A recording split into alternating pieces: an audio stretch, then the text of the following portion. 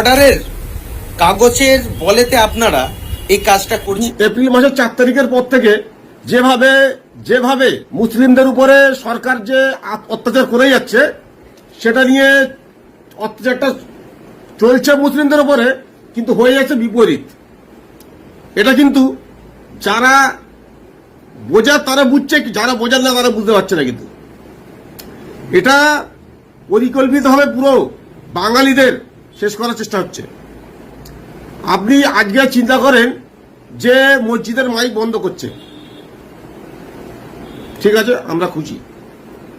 মন্দিরের মাইক বন্ধ করছে, আমরা খুশি না। মন্দিরের মাইকটাও বন্ধ করবে কেন?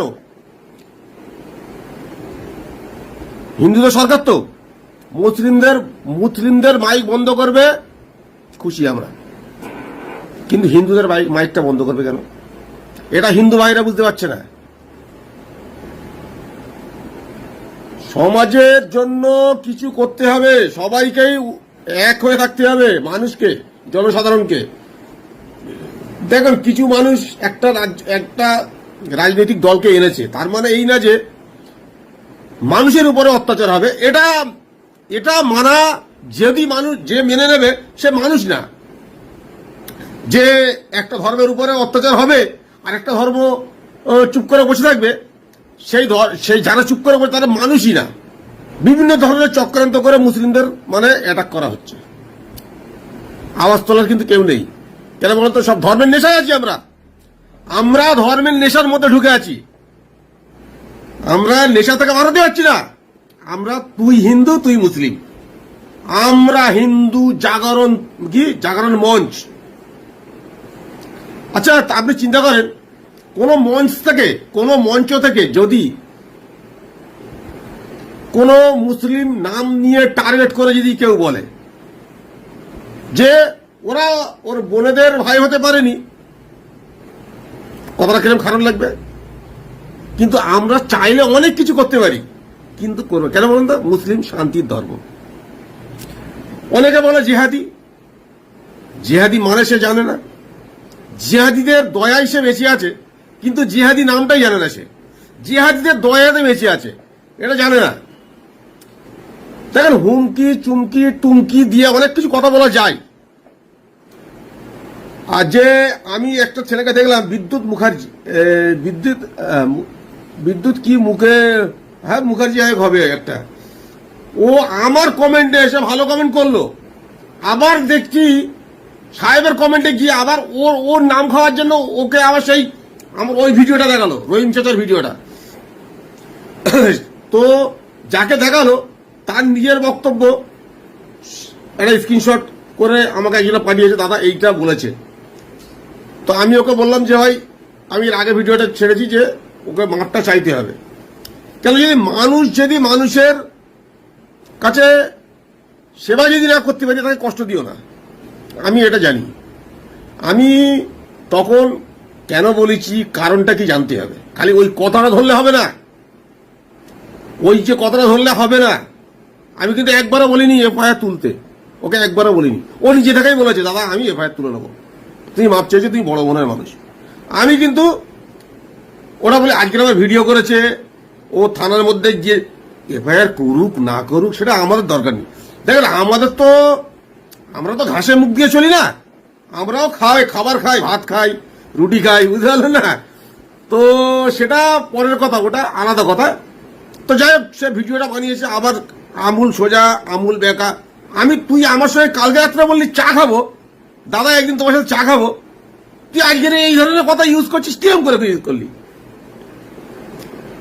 একটা চিন্তার ব্যাপার আছে না? কালকে যে মানুষটা একটা কথা বললো যে দাদা তোমার সাথে দয়া করবো, কথা বললো, ছোট ছোট ভাইয়েরা, তুই ভয় খেয়ে গেছিস, তুই ভাই আজকের কালকের জয়পুরে ইউজিসি বিল, ওই যারা সব ওই আন্দোলনে না, ছাত্র আন্দোলনে যারা গেরুয়া শিবির যারা ছিল, তারা মানে খুব উৎপাত করেছিল, যেটা আমাদের এখানেও হয়েছিল।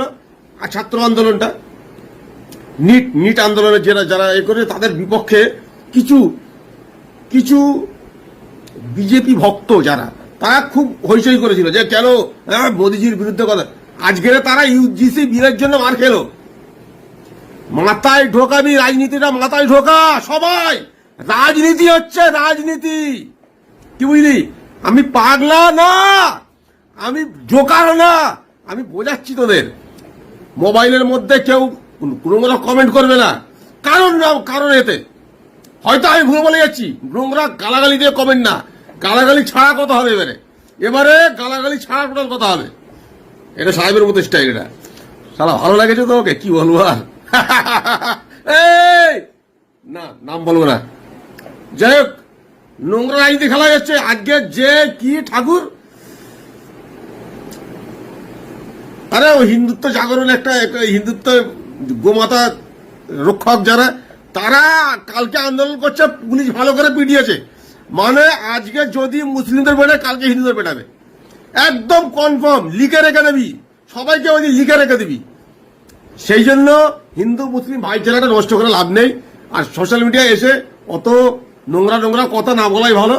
যে ভিডিও করেছে, পোস্ট করেছে, যেরকম ধর কিছুদিন আগে আমি দেখলাম একটা ছেলে, নারায়ণ দাস তার নাম, সে রবিউল ইসলাম নামে একটা অ্যাকাউন্ট খুলেছে।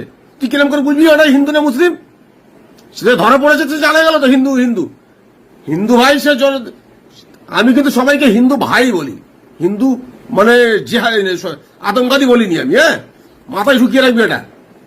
2 নম্বর কথা, ওই নারায়ণ দাস, তুই মুসলমান নামটা ব্যবহার করে তুই আজকের হিন্দুদের ভয় দেখাচ্ছিস। আর ওরা ভাবছে কি মুসলিমরা ভয় দেখাচ্ছে। তো তোদের এত ছোট মাথা কেন? তোদের ছোট মাথা কেন এত? তোরা বুঝতে পারছিস আজকের কে আইডিয়া করেছে? এআইটা কে করেছে? টুম্পাকে নিয়ে এআইটা কে করেছে? ভালো করে যাক পড়তাল কর। মুসলিম নাম আছে দেখলে হবে না তো, প্রথমে গোড়া থেকে দেখতে হবে যে ওটা কি সত্যি কিনা মিথ্যা। গু খাওয়া মুত খাওয়া অন্ধভক্ত আমার কমেন্ট বক্সে এসছে। আমি কিছুক্ষণ আগে একটা মসজিদ নিয়ে ভিডিও ছেড়েছি, মানে মসজিদের মাইক খোলা হচ্ছে, এটা নিয়ে আমার কষ্ট হয়েছে, সেটা নিয়ে আমি ভিডিও ছেড়েছি। সেই অন্ধভক্তর বক্তব্য, তোদের মসজিদ তুলে দেবে, তোদেরকে এই করে দেবে, তোদেরকে সেই করবে, অমুক তমুক করে আমার কমেন্টে এসে অন্ধভক্তগিরি কথা বলেছে। তো তাকে আমি একটা কথাই বলবো, শোন, তোর হয়তো জানা নেই আইনটা শুধু একার জন্য পাশ হয়নি, আইনটা দুপক্ষের জন্যই পাশ হয়েছে। অন্ধভক্ত, ঠিক আছে? মসজিদেও লাউড স্পিকার দেওয়া যাবে না, মন্দিরেও লাউড স্পিকার দেওয়া যাবে না। তাহলে যে সারাদিন ভজনটা করিস, সারা রাত সারা দিন ধরে যে ভজনটা চালাস, সেটা কিভাবে চালাবি? মুখে কত ভজন করবি? যাক, রেকর্ডারিং দ্বারাই তো ভজনগুলো শুনতিস, এখন কি করে শুনবি? তোরা কি ভাবছিস শুধু মসজিদ ভাঙবে, শুধু মসজিদের মাইকগুলো বন্ধ হবে? আরে অন্ধভক্ত, গোবর খাওয়া মুত খাওয়া অন্ধভক্ত, এই তোদের সঙ্গে না আমি ভাবি কিছু বলবো না, কিন্তু তোরা যে এমন একটা অন্ধভক্ত, তোদেরকে না বললে তোরা কখনো সিজা হবি না, ঠিক আছে?